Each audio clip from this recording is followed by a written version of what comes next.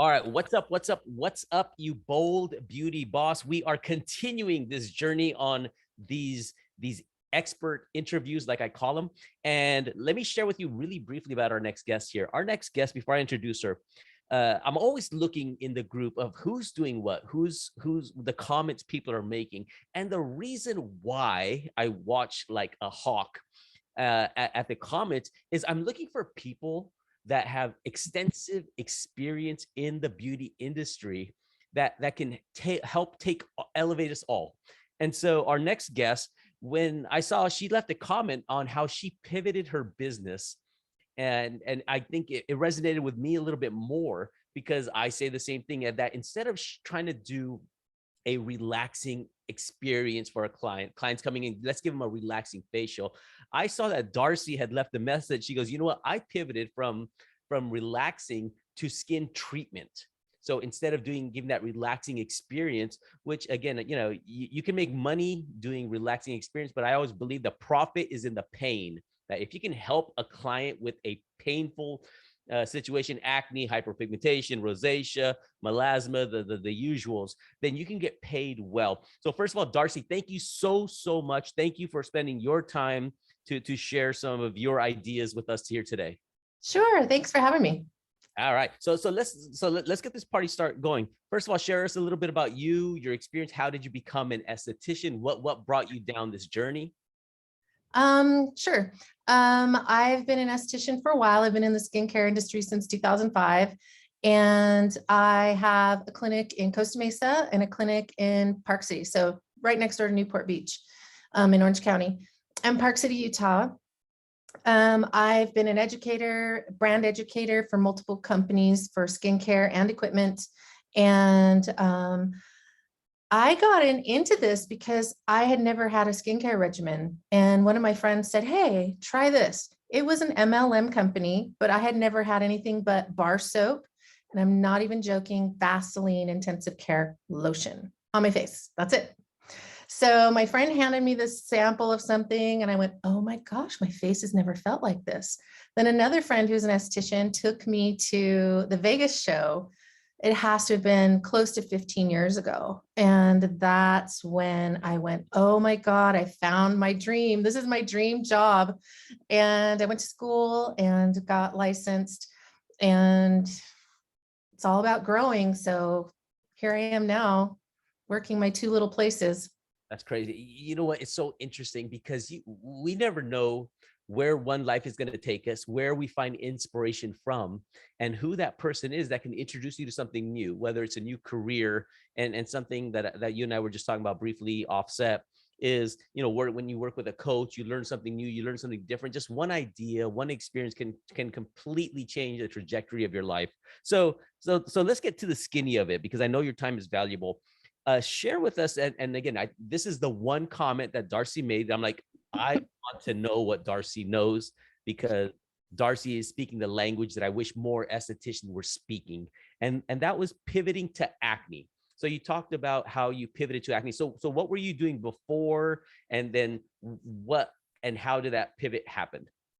So I was doing spa facials. That's really all I knew. I didn't, spa. And the 2008, I think it was 2008, the recession hit and nobody came in anymore. And I had no clients. Okay, so and get into it. Let's define that real quick. So what was a spa facial? So what do you like a European facial, feels good, massage, arm thing and all of that. It's all about feeling good. And I did spray tanning. I think that's all I really did then. Maybe a couple peels, but nothing major. And I really didn't know how to fix skin at all. I mean, I hadn't really done any more education since I got out of school. I was kind of stagnant. I was like, everything's fine. So the recession hits and I have no clients at all. And I had to sit down and think, okay, how do I make myself needed right now? And the first thing that came to my mind was acne. People will pay anything to get rid of acne or some condition that they hate, right? So I went and got trained in acne, started doing acne clients. That's all I did for like 7 years. I just popping pimples and clearing acne. And it kept the lights on. So then I started thinking, okay, I need to learn other skin conditions because we really don't know anything out of school. We barely know how to, do a light chemical peel or a facial. So I went and started learning other skin conditions. And in the meantime, to make up the difference, I was working for different skincare companies as selling or educating for them. And that's how it started. Okay. And so, what's interesting, I read this, I'm a plethora of weird facts, right? So one of the weird facts that I learned a while ago is when it comes to snakes, younger snakes, baby snakes are more dangerous than adults because they haven't quite learned how to control their venom. Yes. Weird fact, but The same. young snakes, when they're new and they're kind of getting out there slithering around, right, they are the most dangerous because the older snakes know how to control their venom to preserve it for later to catch prey, whatever snakes do, right? And so to me, one of the most dangerous things, and I know a lot of people are going to roll their eyes at me, is when estheticians first get out of school, right? I feel sometimes that a lot of them have this overconfidence that they know what to do, how to do it, etc.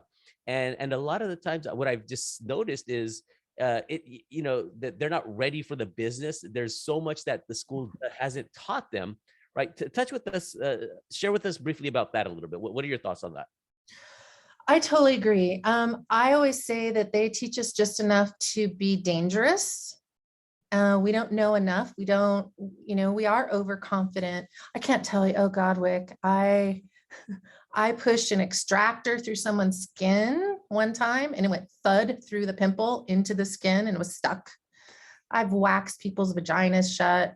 I've done some crazy, awful things. I didn't hurt anybody that, long lasting or anything, but we don't know what we don't know. That's something else I always say. We really don't. We think we know it until we learn something else. We go, oh my God, I had no idea.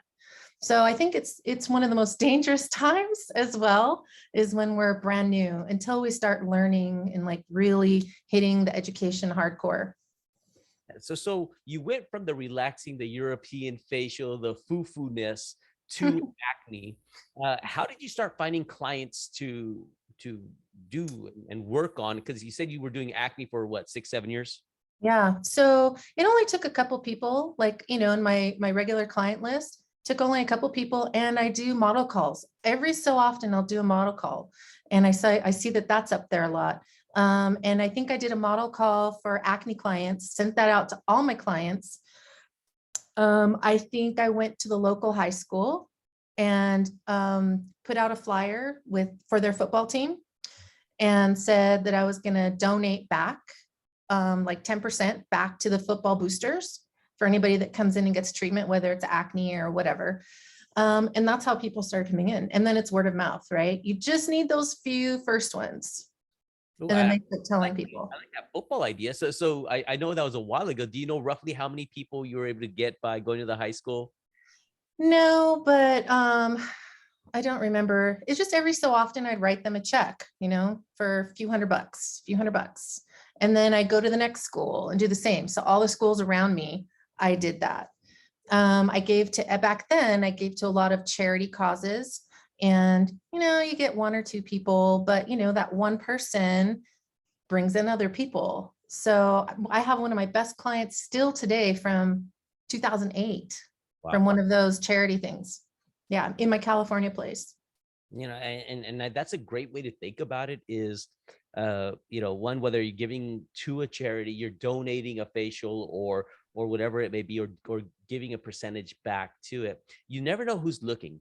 And it's not about just like, for example, you might say is that I got one client from there. Well, that one client stuck around for an X period of years, and that equals an X dollar amount, not including referrals or anything of that sort, right? So another great thing, estheticians, I want you to know and understand is what we talk about. It's called lifetime value of a client.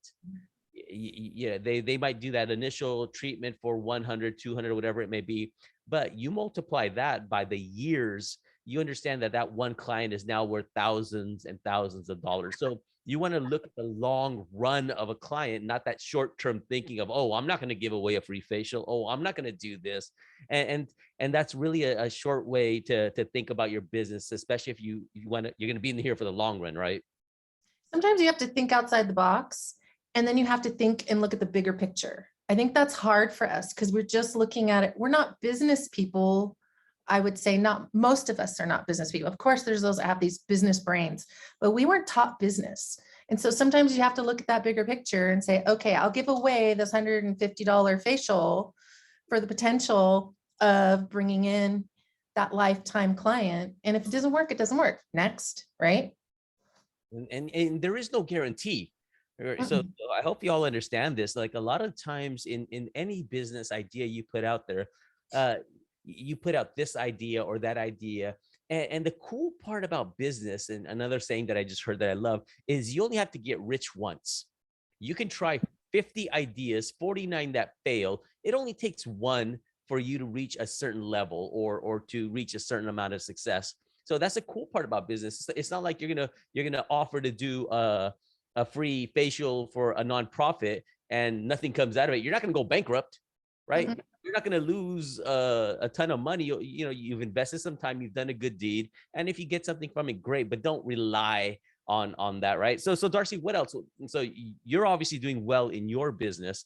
What are some of the things that have worked well for you? You know, how do you one of the things I hear about all the time is how getting clients. How do I get clients? I need to get clients. So what did you do to get clients other than like some of these fundraiser types? So what gives me the best clients is referrals from other beauty professionals. So you want a referral relationship with as many beauty professionals as possible. You want to find those super busy hairdressers, get multiple, and figure out some sort of compensation for the two of you. So say, Wick, you're the hairdresser, and we decide we're gonna have a mutual relationship. What can I give you? What can you give me in return? I don't know if it's legal or not, but I was giving back money. Yeah. So I would give you back 10% for every single person you sent me. Or I used to have someone else that I would give them a $50 gift card for product only. That's $25 out of my pocket, right? Here, $50, come get your product. And they cash in their money. Things like that. You could trade services, whatever, but I would find as many hairdressers, as many massage therapists. Massage therapists aren't really the best referrals, but the hairdressers that yak, talk all day long to people, that's who you want.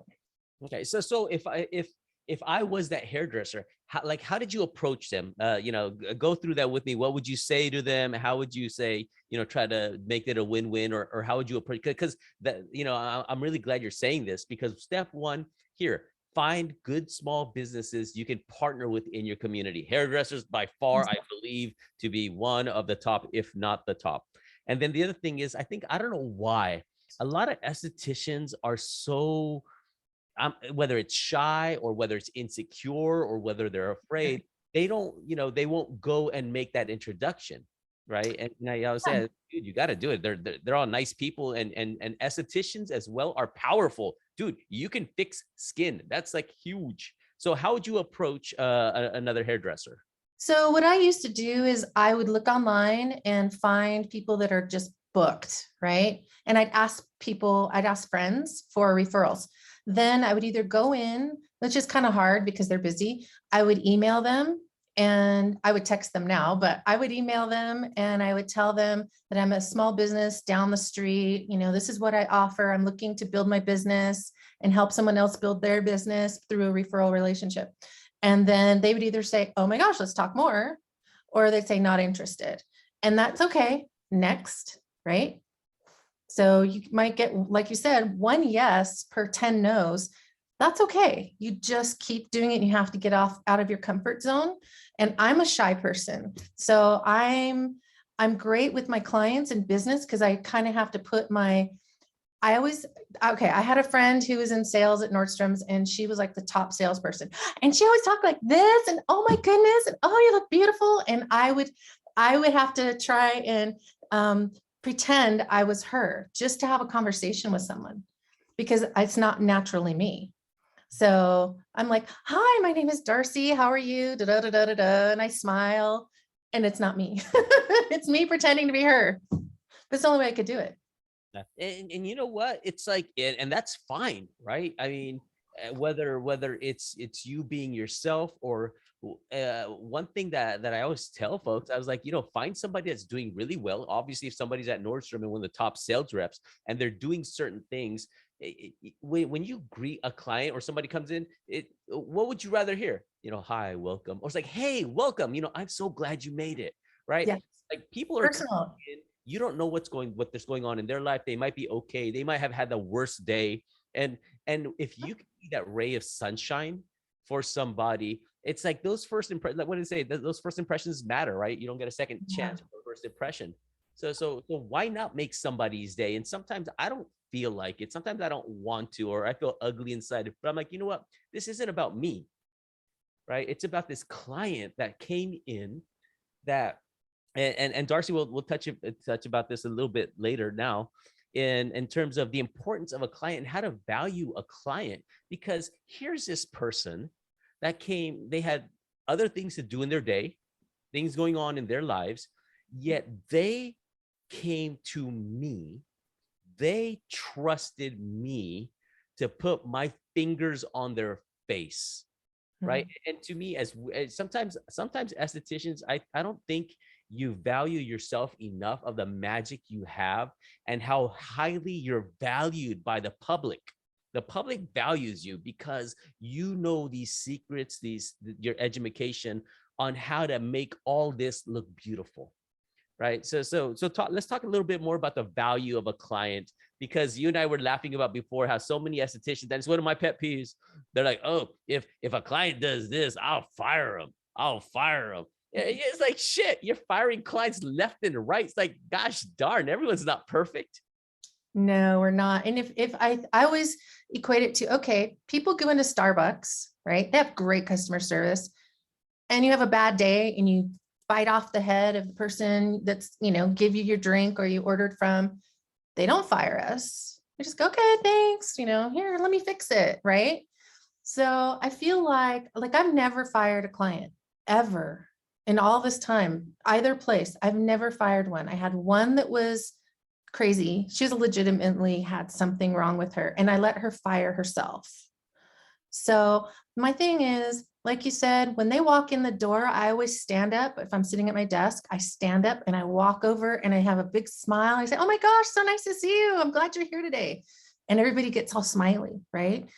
How do you not get happier if you've had a bad day when someone is like genuinely happy to see you and says, come in, what can I get you? Can I get you some water?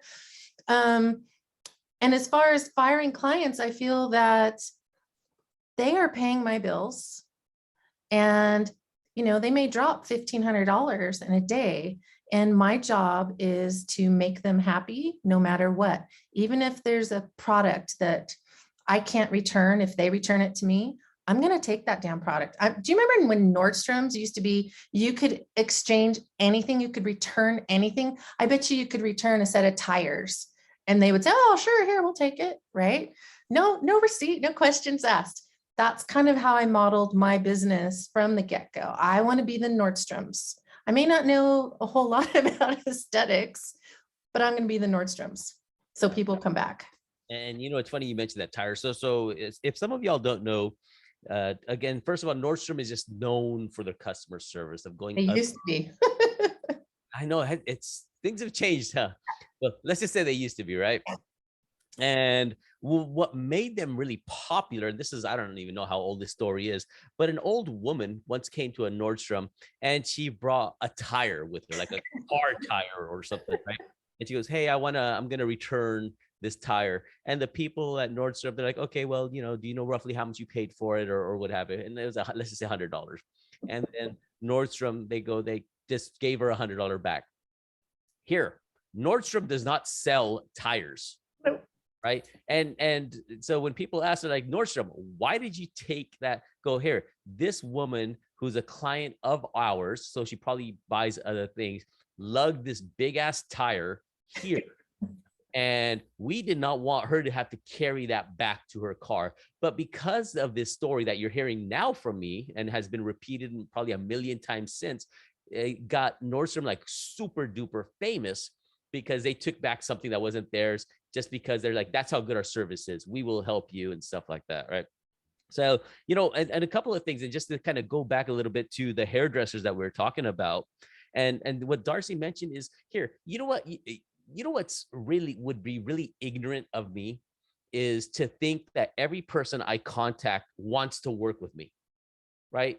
So that's just not the reality of it. Like some people do, some people don't. Some people have been lied to enough times. Some people might think I'm an MLM trying to sell them something, right? There's 1,000 things going on in other small business minds. Think of the untrustworthy times that we live in. So, I always tell people, I'm like, just, when you call somebody, look for the no, pretend they're going to say no. And that's okay. Because when you get the yes, you'll be even twice as happy. But when you get the no, you won't be disappointed. But another thing that works, and this has worked wonders in my career, is I will bribe people. I will say, hey, Miss Hairdresser, you know what? I was looking at your page and I love your work. And I was thinking about ways that hopefully we might be able to partner. But before we begin to that, can I buy you a coffee? It's like I see there's a Starbucks, just a block and a half from you. I'm in this town as well. What time do you have available? Let me buy you coffee so I can find out a little bit more about what you do and see if we're a fit. Darcy, is that horrible of me to offer that? No. You know what? I've gotten some of the best services for myself through people that have done that, to be honest. Yeah. So yeah. Bribery. And it's, I don't know, I just say bribery, but it's like, it's just being a good, not really. I would like anybody a cup of coffee if I thought they'd be fun to sit down and talk with and I could learn something from. And it's even double beneficial if we can possibly work together. So don't be afraid to risk that $5 venti mocha on somebody. And you're going to meet some great friends. Like I've met people this way. I've met restaurant owners, other business owners, and I'll say, hey, can I buy you lunch? Can I do this for you? Because you want their time to see if there's something available. And the part that's going to really help you and impress them, as weird as it sounds, people don't use this tactic enough, right? It's a freaking rarity. They'll send a text, hey, I want to work with you. It's like, no, buy that person a coffee, buy them a sandwich. Go, hey, can we meet for lunch? I'd love to learn about your business, how you've been doing hair, and hopefully there's a way we can work together, right? That's good. So referrals have worked for you, working with like fundraisers or donations. What else has helped your career?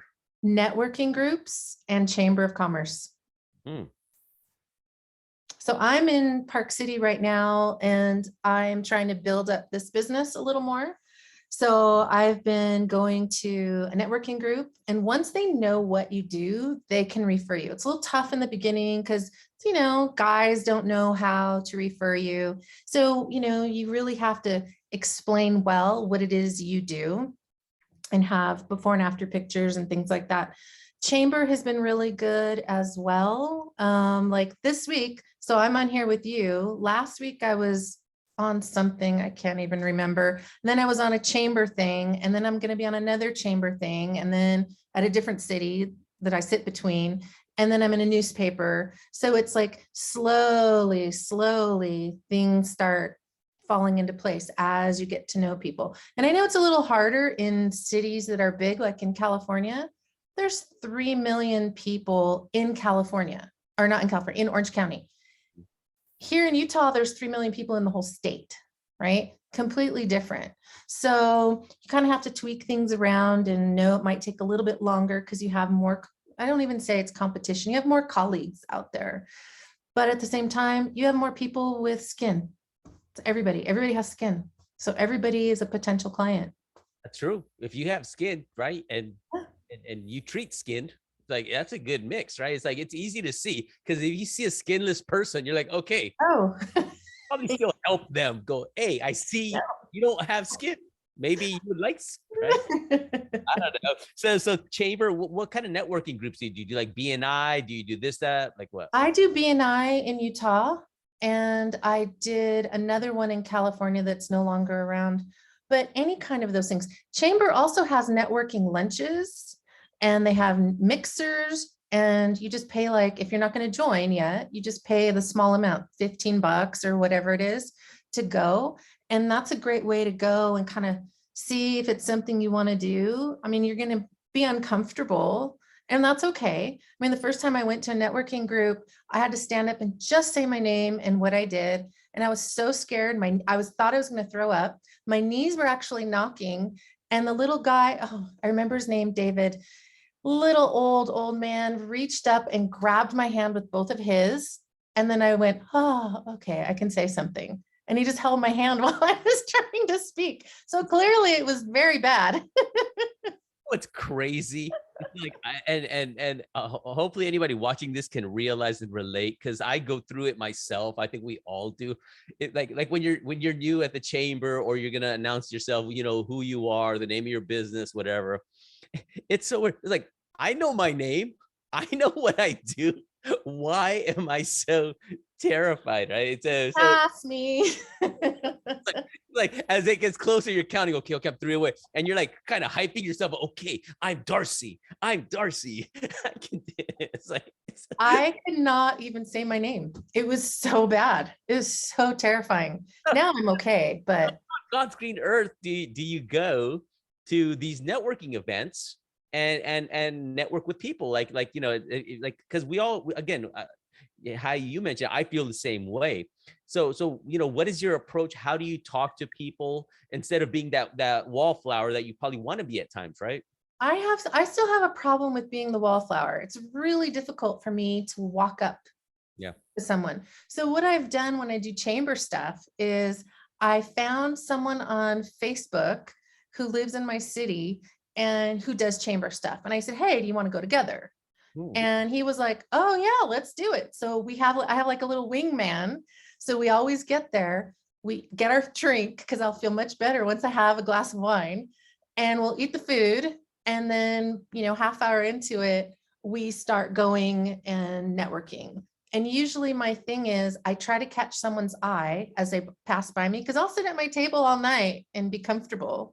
So if someone looks at me, I look them right in the eye and I say, hi, my name is Darcy. And they'll go, hi. And then that's how I start the conversation. I try to be the first one at it. Yeah. You know, So funny, there's this show out there. What is it called? How I Met Your Mother. Do you know what have you heard of yeah, it? Anyways, there's part of it where these dudes go and they try to pick up women, or they go to events and stuff like that. And because you just gave me this idea, Darcy, and this is a great idea. I think it's a great idea. And that's why, y'all, I love doing these interviews. Why? Not only for Darcy to share her wisdom, but because as I speak to other professionals, I get ideas that I can also kind of throw in there. So one thing Darcy just said right now that to me is going to completely help change my business and a lot of your businesses, hopefully, is when you go to these chamber events, if you are wallflower-ish, if you are an introvert, you know, find a friend to go with you. So we cover that part. But what we're gonna do is we're gonna mix like How I Met Your Mother. And what you're gonna do is have your friend, you know, say, hey, you know, it's because I might be shy to meet people, but have your friend go, hey, you know, grab somebody, go, hey, do you know my friend Darcy here? Boom. So that person is not, you know, intimidated. They instantly made that connection. And then it's Darcy's turn next. And Darcy's going to find somebody else like, hey, do you know my friend Jeff here? Right. And then, no, I don't know Jeff. Oh, hey.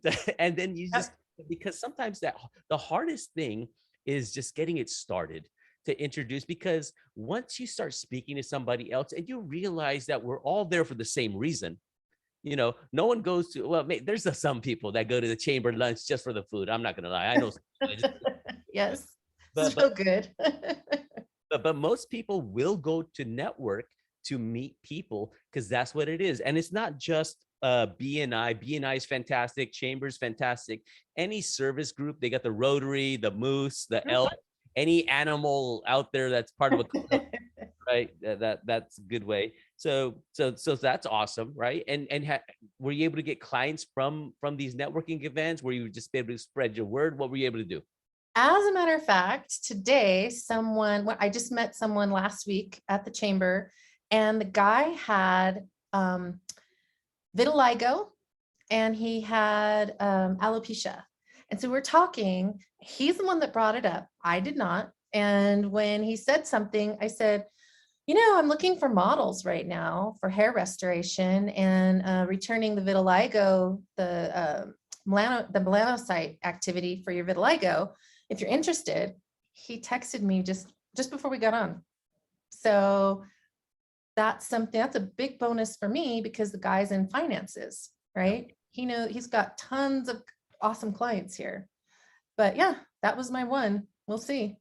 See, and y'all have to understand that interacting with strangers is hard, right? It can be hard. I don't know. I'm pretty easy. It's hard. I'll talk to anybody, but it can be hard, but also running a struggling business without clients is also hard. Pick your hard.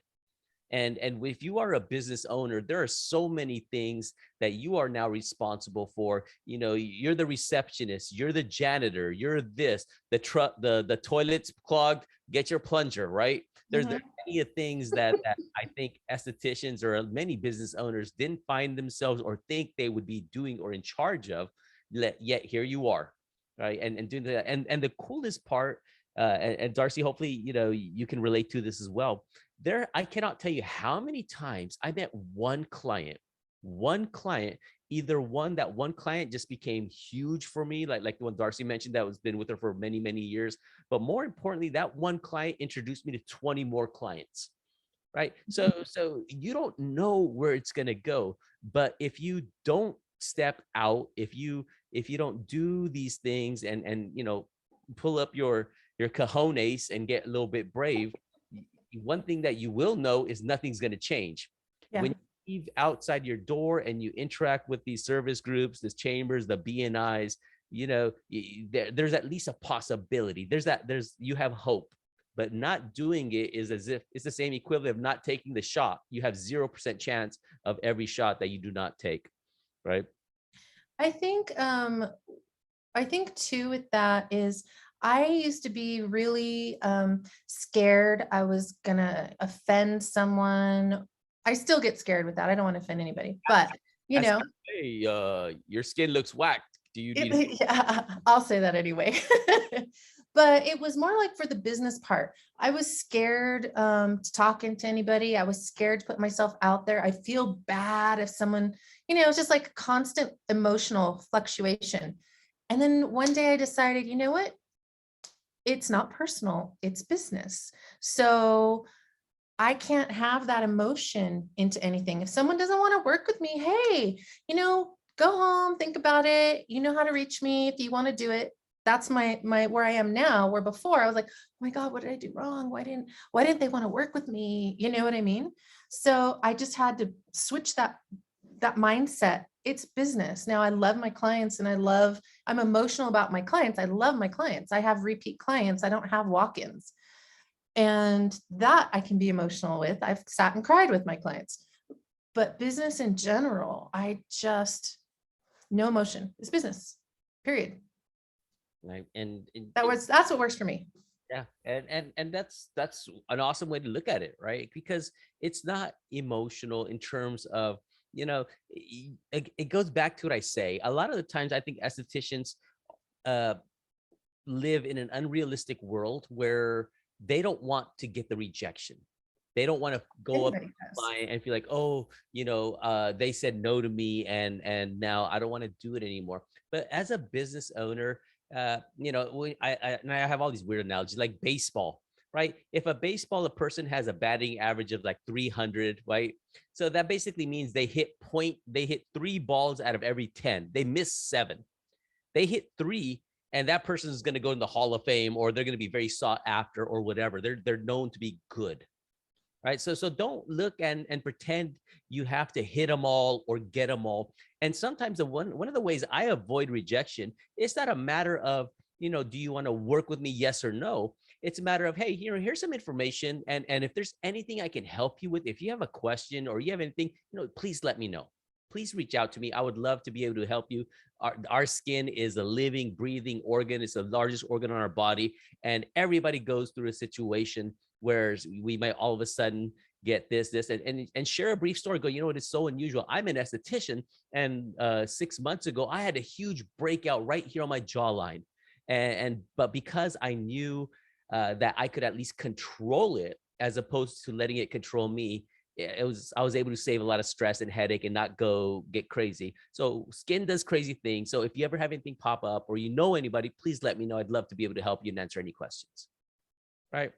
And so be a resource. It's not always about getting that sale. I want that sale. I want them booked. It's about collecting and getting to know people that become part of your community and tribe, because at some point or another, they're gonna get wrinkles. Something's gonna go wrong. They're gonna have some kind of affection or something go weird with their skin. And if you're the person that offered to be that person, they're going to call you first. Or if they see somebody else that's struggling with acne, go, you know what? I just met this gal named Darcy, and she was really cool. And she said she can help. Give me information. Here's her contact info. Why don't you reach out to her? It's like the world's a small place. And with something like skin, people need your help, right? Definitely. All right. So what else, Darcy? What else? So we got you working with that. We got you networking, right? You going to all these events, the chambers, the referrals. What else has helped you get you more business? I think pretty much that's my main, other than, obviously referrals is my biggest business, right? Yep. So, and right now, one of the things I'm learning really well when I go to these networking events, you give to get, right? It's not all about me. It's not. I can't be the number one thing in this universe. So the more you give, the more you're going to get in return.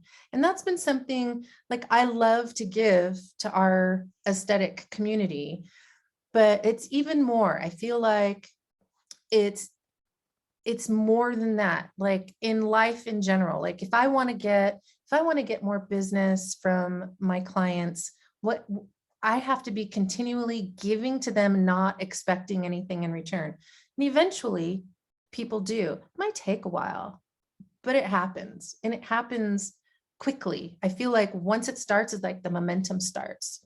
So it makes you feel good to give. And then, in return, and it's like with any relationship, right? It's a give and take. I don't even think it's take, it's a give. Right? And then they give back because they're just like, oh, she's so here, let me help you. See, it's human nature. It's reciprocity. Yeah. And I think like I remember when I used to be part of BNI, that was one of their parts that I think I learned from them quite a bit, is you want to be able to help people and just give to them. You meet another business owner, because guess what? We're all business owners, small business owners, and we all are looking for clients. So if there's another person there and he's in pest control, or there's some gal there and she does accounting, right? If you approach her, instead of saying, hi, I'm so-and-so, and this is what I do, and I do skin, and I would love to, we have a 50% offer, and I'd love to give you that 50%, that's all about you. But yes, if you approach that accountant gal and you go, okay, cool, let's just tell me a little bit more about your business so I can understand what kind of clients are you looking for. Right. So, yes, how can I help your business? How do you get clients right now? You basically ask them questions to help them. And sometimes if you have somebody in your network where you can refer them over, fantastic. But at an absolute minimum, and this will help so many other businesses, and it'll make you look like a hero. You know what I'll do? Here, let's become friends on Facebook. And what I'll do is I can share your last post on my page. And hopefully, some of my people will see what you're doing and stuff like that. And if you just offer to do these small, free, simple, easy things for a complete stranger, you just made a friend for life. Mm-hmm. Right? They want to give back to you. That's it. You're giving to them, and you're finding out what they need. And that's a huge thing that I don't know why it took me this long to kind of figure it out. I knew it, but now it's more like in my brain always. So it's time. Like after a while, you just realize it. And I think because we all go through it. The more you realize that no one gives a crap about us, No one gives a crap about me. No one gives two F's about my business. What they care about is what can my business do for them? And if I stop talking about me, and I talk about this in the aesthetics community so much, I'm like, dude, you're too much in love with your business. I want my logo to look like this. What should I do here, right? I don't know about you, Darcy. I've gone through like 20 logo reiterations. I paid thousands of dollars for logos, not once to this day, and I'm still waiting. 25 years in business, 25 years. I'm still waiting for someone to say, you know what, Wick, man, I saw your logo and I just knew you were the guy to help me with my business. Never heard that. You never heard that yet, Darcy? No one Never. following, Nobody cares. running after you because you had the logo that Nope. caught their eye and they knew you were the one. Nope. Nope. Right? But something on that vein of thought, when I was at this last chamber thing, I was handing out my cards, asking them questions, handing out my cards, and I had two people go, I've seen this before. I was like, oh, really? Really? They're like, yeah. And I was like naming a couple places I could have seen it. So now I've got these two people that are, big in the community.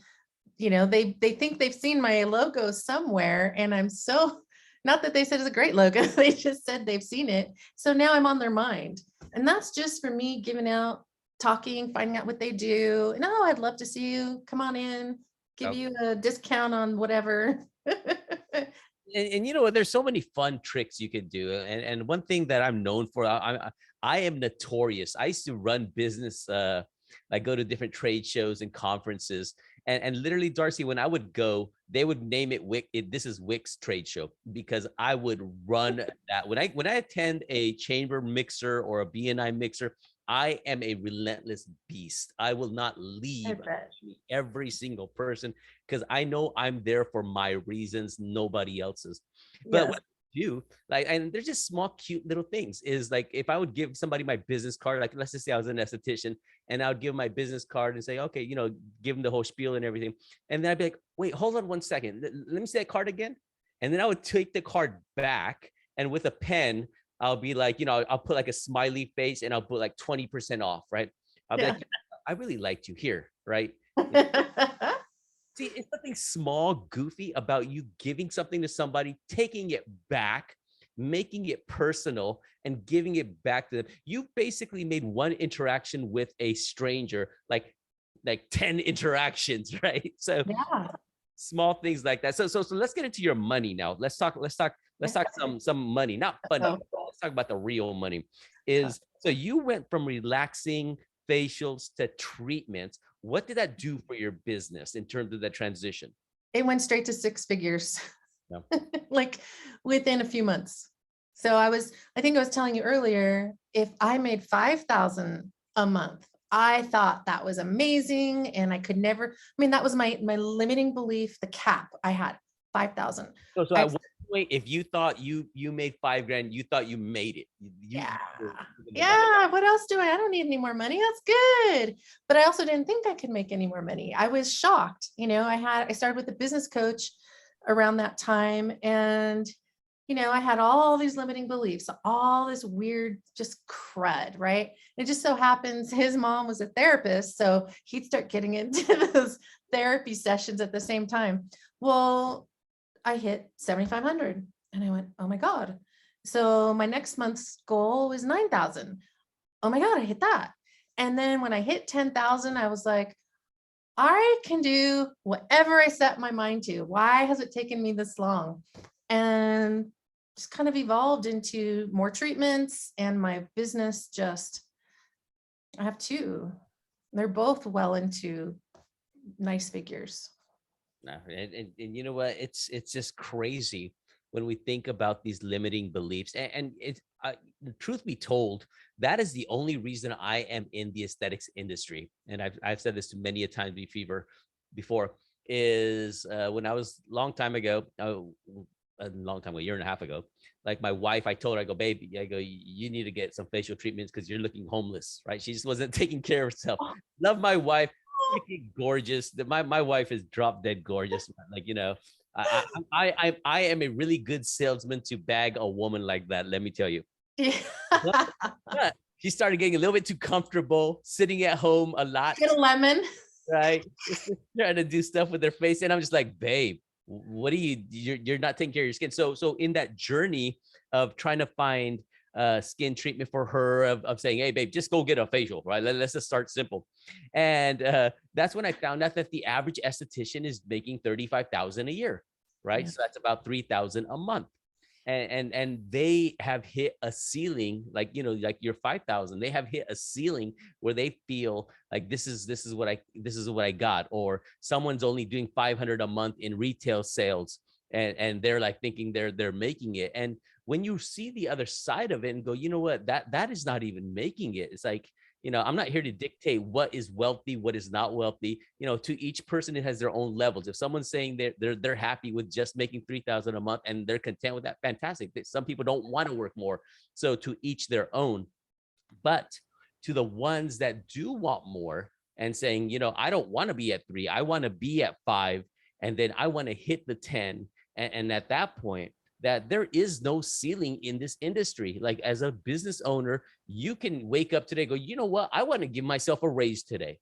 What kind of promotion, what kind of things can I put out there so I can instantly make, you know, and you've seen some of these model calls and stuff like that. And these gals, they're putting a post out there. It's like, we live in this amazing time in, you know, where you can make a post and you'll print $500, right? Like, how crazy is that? So with your acne treatment, you went from relaxing to acne, you know, and that, so, you know, did you like to stick with it for a while? Did you like doing acne? Were there different rewards compared to the relaxing facials you were doing before?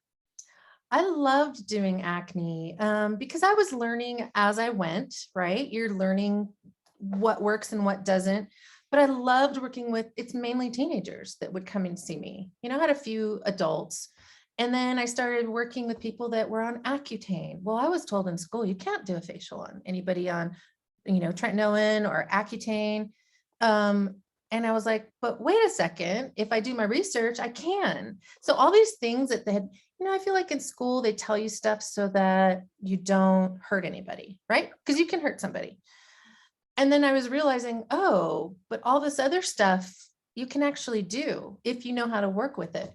So I enjoyed it. It was the younger crowd. We'd crank up the music really loud. And if I wanted the parents to stay out of the room, I'd crank the music really up really loud, because sometimes you get those moms that are like hovering, and it was making me nervous. What's going on? So I'd make them go sit outside. I was working in a studio, and I'd say, you know, they'd go sit outside and just watch through the window, because I'd crank up the music and find out what the kid wants. And then we just like rock to it. It was fun. I really enjoyed it, but I really wanted to make more money and expand, because, you know, I'm the provider now. I'm the sole provider of our house. And we had 10, a family of 10. So it needed to evolve a little bit bigger than just acne.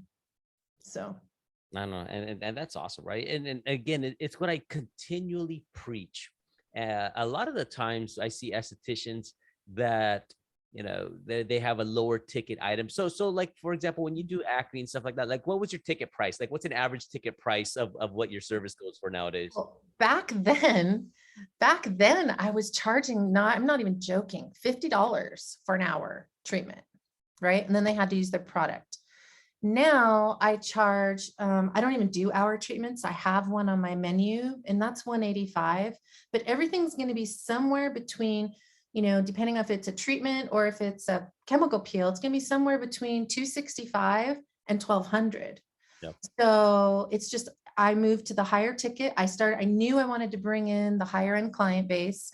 So I started marketing.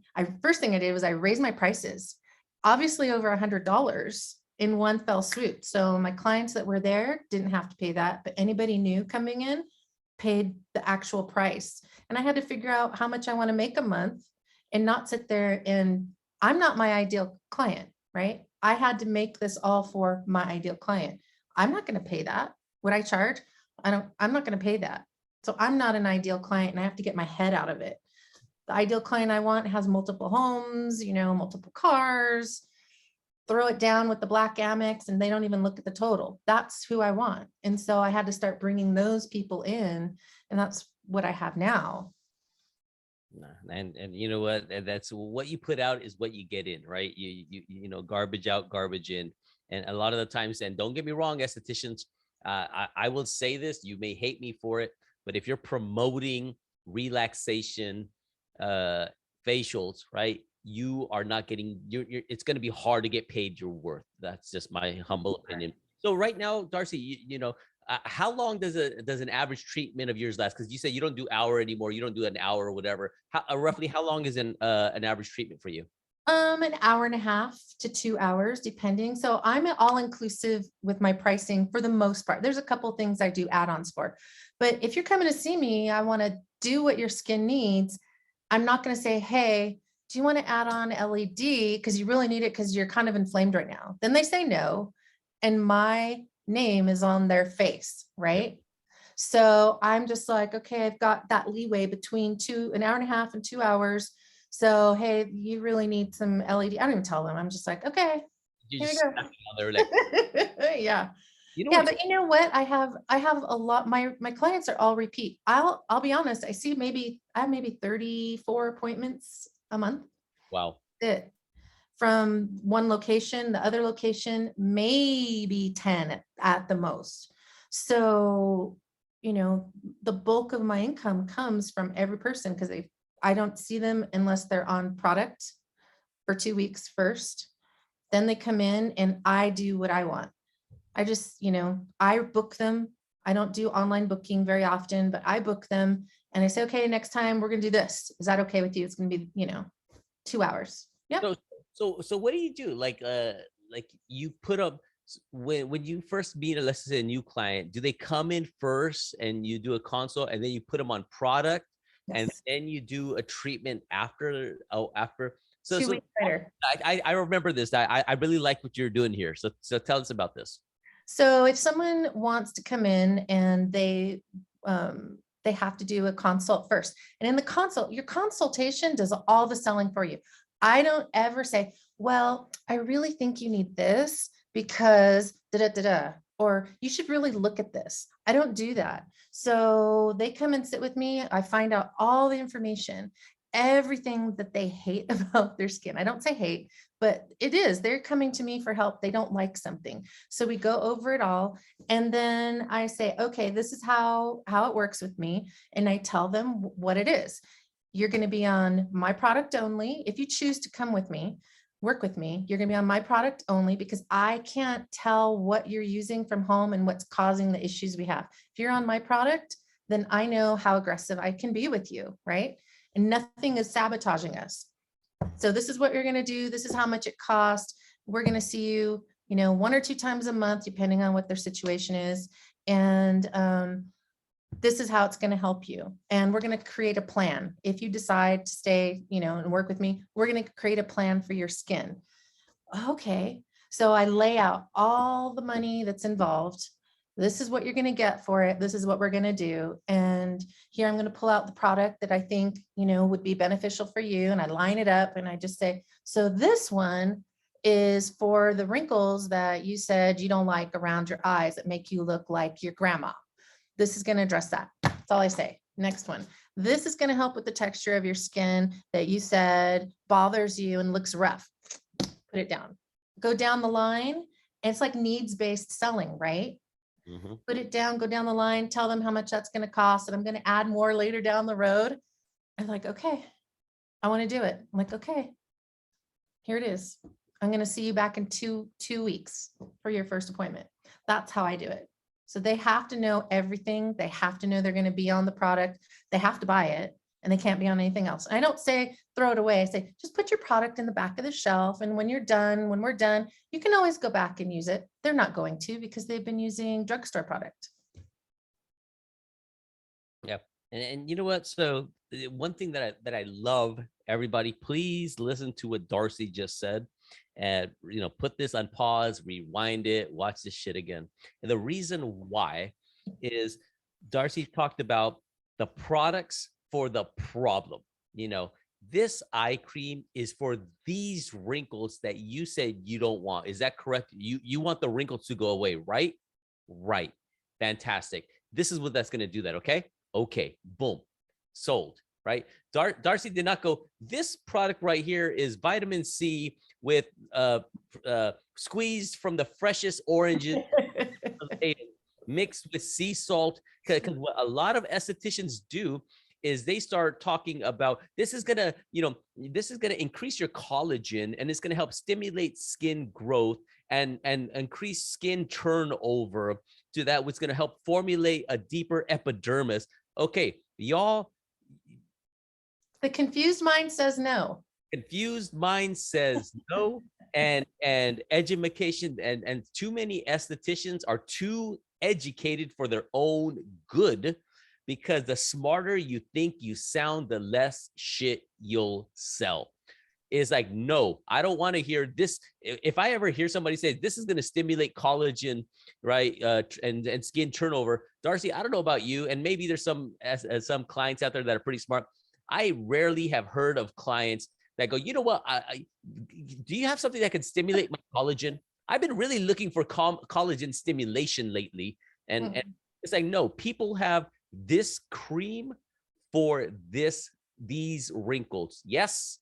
Yes. Yes. They just want to know what it does for them. How's it going to help me? It's going to help with the wrinkles. The thing, Darcy, and estheticians, listen to me, listen to Darcy. And I can't tell you this, the more useless information you give clients, the more you're helping them talk out of the sale. Yeah. Darcy, am I lying? No, you're totally right on. When I used to do trade shows for different companies, and estheticians are coming up, not people off the street, estheticians are coming up. And this is how I learned this. I'd start going, this has this, and then this, and this, and this, and this. And they're like, eyes glaze over. And I went, oh crap. If I can't talk to an esthetician this way, because for whatever reason, they haven't heard of that ingredient or whatever, how are my clients going to listen and understand? So that's where it's like, keep it simple, stupid. And the confused mind says no. Sales 101. Just give them the most basic information. This is going to help you with those wrinkles. Here, take it home. That's it. Right. And again, just that if you keep it that simple, your lives and your business will change. You talked about the wrinkles around your eyes, those crow's feet, right? Yes. And you don't like them because they make you look older. You see them in the mirror, you're trying to cover it up, and you just want to get rid of them, right? Yes. Fantastic. So if I had something for you that would work, yes, fantastic. This thing equals that, gone. That's it, right? So another thing, Darcy, how important is the consultation? Like if you had to give the consultation a percentage of how important it is to get somebody signed on to your, solution, your subscriptions, prescriptions, services, how is the consultation? It's 100%, all of it. It's everything. Darcy, how dare thou say that? What do you mean it? Please explain yourself.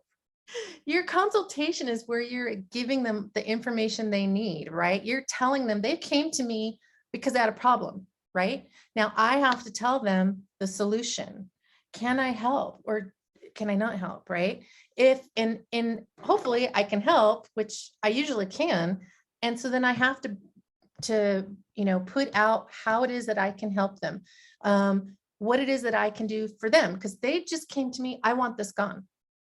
Well, we can do that. Let's talk about this. What about this? When did this come? When did blah, blah, blah, blah, ask all the questions. And then you give them the solution, you present it to them, and they go either, oh my God, that's amazing. Yeah, let's sign up for this. Or they go, oh, it's too expensive. If they say it's too expensive, I say, okay, well, how about we work within your budget? Because I never assume they have a budget. Yep. I always very matter-of-factly, okay, the skincare is going to be $700 today. And then I want to see you in 2 weeks. And then they either say, okay, or they say, right. But I'm going to capture them either way. So if I do a great consultation, everything is going to work out fine. They're going to come back, whether we start them off with a smaller regimen and maybe see them once every 6 weeks, I'm still going to get them, but it's all in the consultation. I'm All of telling it. like, and I've seen, I literally believe, so Darcy, in your opinion, because and I'll tell you what I believe, based on what you know about the aesthetics community, right? How effectively do you think most estheticians are using the consultation or doing a consultation? I don't know the percentage, but I know if I look back at what my beginning of my career was, I did a terrible consultation. And I was like desperately trying to, well, this has this ingredient and this ingredient and that ingredient, and this is what it's for, and this is what it'll do. And I really think you need this to take it home today.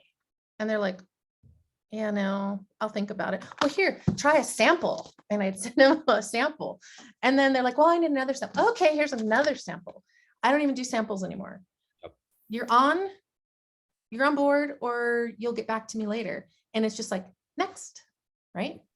I don't take that personally anymore.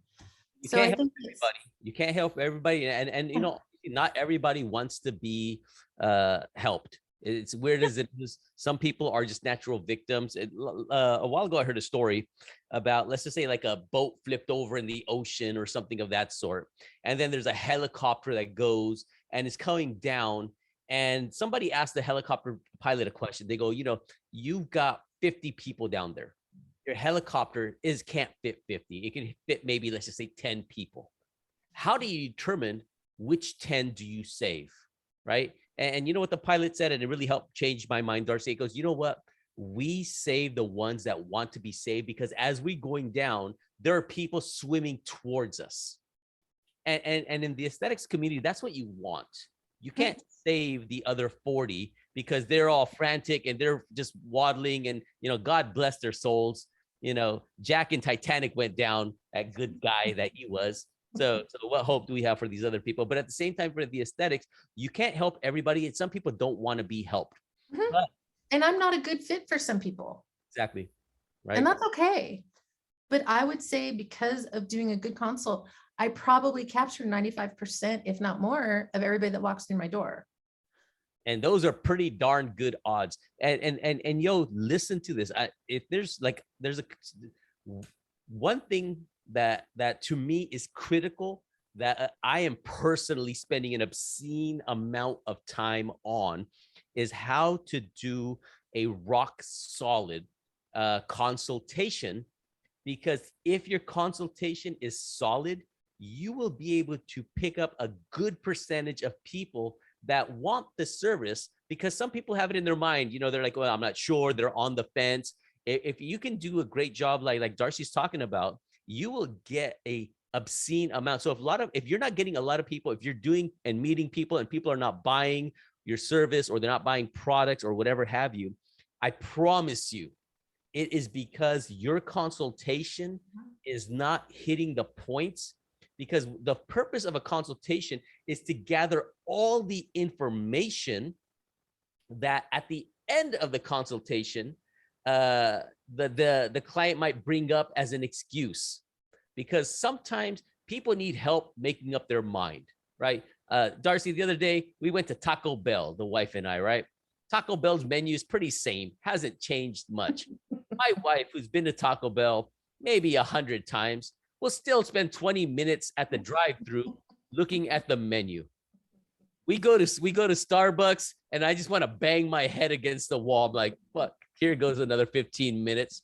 And I know she's gonna get the same thing she got last time. But so people, human beings, have challenges ordering shit from Taco Bell. Do you think they might have some confusion if your consultation isn't? And that's why, when you ask questions like, how long have you been dealing with acne? So later on, sales 101, later on, when they go, okay, I'll think about it. It's like, well, Betty, here, you mentioned before that you've been wanting to fix your acne for 4 years. So you were thinking about that for a while. And before you came here, you thought about, you wanted to get that done, right? Yes. So there's only two things that can happen. One, you may leave here today, not go with this, right? And I'm telling you, I will help you. I will walk with you hand in hand on this journey. You know, is it something I said, do you think I would be able to help your acne? Yes. You know, do you like your surroundings? You're sitting here in my studio, you know, is everything looking good? Does it look professional? Yes. Do you think we can help you? Yes. Okay, Betty, you know, I wouldn't be doing you a service if I let you go another 4 years by doing this. You talked about how acne was affecting your confidence, how this, right? Yeah. Betty, let's get started today. Let's give it a shot. You're in the wrong business. but you see, like, that's why you ask these questions up front. What are you struggling with? How did it make you feel? What do you, Yes, the pain point. so like, yeah, so what are some of the things, like what are some of the objections you get at the end, Darcy, in terms of after a consult, or people that you have to work on? It's honestly just the money situation, right? Because I charge a little more and you have to be on product. That's why, like I said, I go straight into, well, hey, what's your budget? Let's work within your budget. But when I do that, I'll say, you know what? Okay, so, we could take out this eye cream that, helps with fine lines and wrinkles. It will address the issues around your eye. We could take this out. And they're like, no. Okay. Yeah. We could take this out. This is one that works on the texture, which you said you hated the texture of your skin because it made you look. Yeah, no, I don't want to leave that. Okay. In the end, if I go down each product, they usually go, okay, I'll just take it all. Yeah. Right? Who in God's green earth, and I'm pretty sure there's a few disciplined people out there, I sure the hell am not one of them, who goes in with a budget and sticks with their budget? They don't. They're trying. But if you sit there and say, oh, I could totally take this out for you. And then they're like, but you link it back to that pain point, right? They're just like, oh no, I want you to fix all of it. RC, like, that's what you're doing so fantastically amazing, is when you're taking something away from somebody. They want it. Right? They want they want it more. Yo, I'm telling you, that's how simple this stuff is. You put it in front of them. This addresses every concern that's going on with them. And then you go, well, you know what? You're right. Okay. So if we want to talk and meet that budget a little bit closer, cool. What about this one? So you're talking about your wrinkles here, your crow's feet, all that. This is what does that. But we can, if you don't really need it, we can kind of hold out. Right. And again, sometimes even if it's something like that, and you start with them small, go, you know what, here, I understand your budget's 700. And for some people that might be tough. Go, you know what, at a bare minimum, you at least need this. You need this cleanser, you need this toner, you need this cream. Right. So if we can just start with that, if you can't do the 700, no problem. These three right here, $300. Fair enough. Can we get you started? And then boom, they're gone, right? And again, it's about helping the client out. And sometimes you're gonna get that big sale. Sometimes you start small, and they build that trust because you're with them. There's just so much you can do in this industry, but it's easy. It's just, Darcy, how important is caring in this industry? Oh, you have to care, because people know if you're not genuinely caring for them. You're in it for the buck. I'm not in it. I am in it for the buck in ways because it's my business. I have to pay my bills too, right? I have to make some money, but it's all about doing what's right for them. And I think if you do what's right and you're genuine in everything that you do with them, then your business is going to flourish. They're going to know, and they're going to tell other people. If they feel taken advantage of, then I don't think your business is going to do all that great. Your clients are your billboards, right? They are. And so, like, when we're talking about, I don't fire clients, I try to come up with something, an agreement between the two of us. I would much rather have that difficult conversation and come up with a solution, though that's really hard for me as well. That's pushing me out on that uncomfortable limb. But I think that also tells them that I care and I want them to be happy, even in this difficult thing, whatever it is. I just think it's important. They have to know that you are going to do the best for them. Yeah. And you know what, here, and I think that's such a great thing to do. So one thing I've learned, and that's been helping me hopefully become a better person, is the more I learn that the battles that people are going through in their life, right? And sometimes I think, like even me, I will judge prematurely, or I'll get mad at somebody because, oh, they didn't do this, or oh, they were supposed to be here, or oh, they did 3 no shows and I just fired them. And instead of, here, esthetician, just understanding, and think of how your life is, and think of how some of the challenges that we as humans go through. Take a step back, and instead of, because to me, I think the standard thing that estheticians do, which I feel is probably not the best move, but is mostly being done, is they will send the client, well, these are my terms and conditions. Hey, this is my policy. Here is my policy. My policy was this. You didn't do this. I'm going to charge you this, whatever, right? And I think it'd be a great move, and maybe just a little bit more of hitting that person, of going out and speaking to her. Go, hey, Darcy, you know what? I see that you missed this last appointment, and the other one you changed. Me as an esthetician, it's really hard for me, and the reason being is, one, I spend so much time setting up for you because I know you personally, and I know the results that you expect from me. I want to do a really good job, but this happened and that happened. Is something going on that you want to help me? Because I'm here for you. I'm here to understand. I'm here to help. But is there something going on that's helping you or stopping you from coming in? Share with me what's going on. And sometimes that, one, it could actually be something, right? Two, worst case scenario, that person starts feeling like shit because they didn't come in, and you're just guilting them, and they go, oh my God, I've been flaking on Darcy. I didn't know, Darcy, that you spent all this time getting ready and prepping and doing all this for me. I am so sorry. I will never let that happen again. Right? Because I think another thing anestheticians are forgetting, it is 10 times harder to get a new customer than keep and stay and nurture your existing customer, right? I had a client, to what you were just saying, I had a client years ago, flaking constantly. And I was like, I got to get rid of her. I can't stand this. She's not showing up. I have this gap and no income. And finally I did that. I pulled her aside, and you know what it was? And you would never know.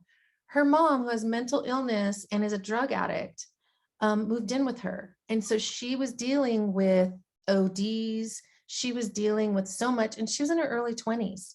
So for that was a difficult conversation to have. But for that, I said, okay, I'm not going to book you in the day anymore. I'll book you as my last client. So if something comes up, you just let me know and I'll just go home. It's not a big deal. She appreciated that so much. She cried, right? Yeah. Her life is hell right now. So I feel like you're right. We don't know what's going on in someone's life. We don't know if they have a sick kid or a sick husband. We don't know. And, take that time to figure out. And if you still think this person is not, okay for you, then that's your decision. But, take the time as a business owner and have that conversation. The benefit of the doubt, instead of taking your gun out and just, open firing people right off. And the reason here, I'm not telling people how to run their business, but what I am saying is it's 10 times harder to get a new client than to take care of your existing. And if you can speak with your existing client, like just what you mentioned, I promise you that gal will never forget you, Darcy, right? That she did my esthetician spoke with me, and I was able to, she was able to unleash some of her burden, take something off her shoulders, because now she doesn't feel like shit for flaking on you all the time. Because a lot of, I think, clients, because we're human beings, and I really believe most people are just good people. They don't want to do this shit, especially if they know they're hurting somebody else or their business in the process. Right. But you have to humanize it, right? You have to make them know who you are and what you're about, and you're there for them. And if there's anything that you can do, let me know. Right. And then, again, some people are just assholes and you kind of fire them. So it goes both ways. Yeah. But that girl is a great referral, right? Because she loves me because I had the conversation. So, and she tried really hard after that. Yeah. So that's all you can ask, right? That's all you can ask. And then you just accommodate what you can. And at the end of the day, at least there's no animosity, like, oh, oh, it's like, no, it's understanding. It's like, you know what? She wasn't able to make it. That's okay. I know what she's going through. And I'm okay. And good karma, good karma in the universe, business karma. That's good business karma coming your way, as opposed to letting out some evil arrows in the air. So to close it up, Darcy, what are any last minute thoughts, ideas, anything that you see estheticians could be doing better, things that helped you? What do you thought? What do you got? I always say, before you go out on your own, get a business coach. Invest in a business coach to help you, because you will bypass all these terrible things I'm just sharing with you and go straight to, the higher income, your business put together, because there's so many things that we are responsible for, like you mentioned earlier, that we've never had to do before. And I mean, I didn't even graduate high school. So here I am trying to run this business, and I had no clue. So, in my limiting beliefs, because, well, I'm a fake, I'm a fraud, I don't have the high school diploma. But honestly, get that taken care of, invest in that first, and you will succeed so much faster. You'll reach that end goal that you're looking for, and continue to do business coaching. So I've gone through like 3 levels of business coaching, different coaches, because they focus on one type of business, like the beginning, right? The middle, and then once you're already into 6 figures. And every time I've needed them, I could sit there and say I know it all, but I don't. Yep. I have to get business coaching all the time. So so interesting. Like, if you're not graduating high school or this or that, one thing that you'll learn real quick in business and in life: 6 months of running a business is equals to 6 years of high school, college education. You'll learn more in 6 months than all the theory and Mhm. Pythagorean theorems and things that teach you in college. All right, so to recap, because like I always tell people, I am a note taker. I take a Oh, wow. what did I learn from Darcy today?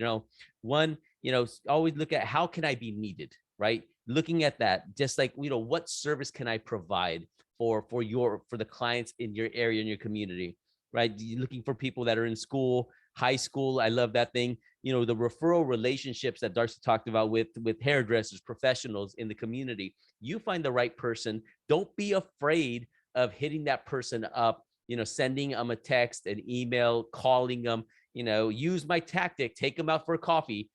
They'll be the best.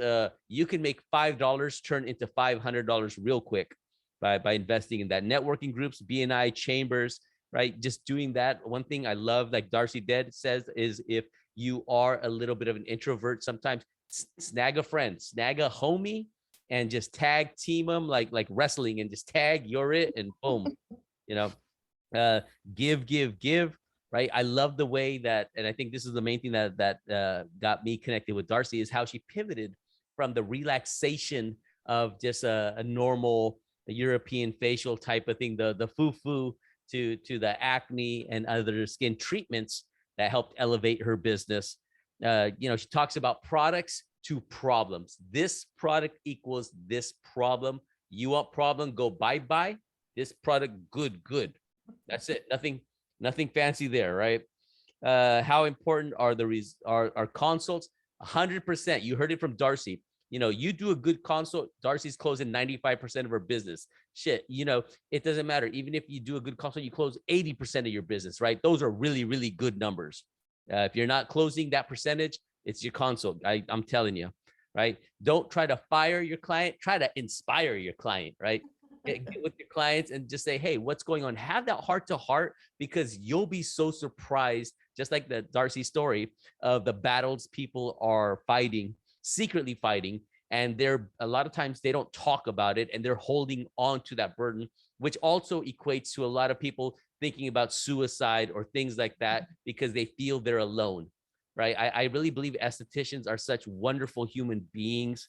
You're like teachers, nurses, psychiatrists, doctors, all meshed together. So you could be the reason that gives another person a better reason to live. So don't discount that, right?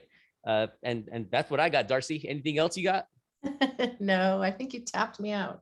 Oh, you know what? Good. Then I did a good job because I wanted it all, Darcy. So thank you so very much. And one last thing to inspire all the estheticians out there. What do you got to say? What message can you tell them that they can do it? What inspiration do you have for them? Don't give up. I can't even tell you how many times I've wanted to give up. And I see people, they feel like they're not getting anywhere and they want to give up. They've only been in business for 2 months.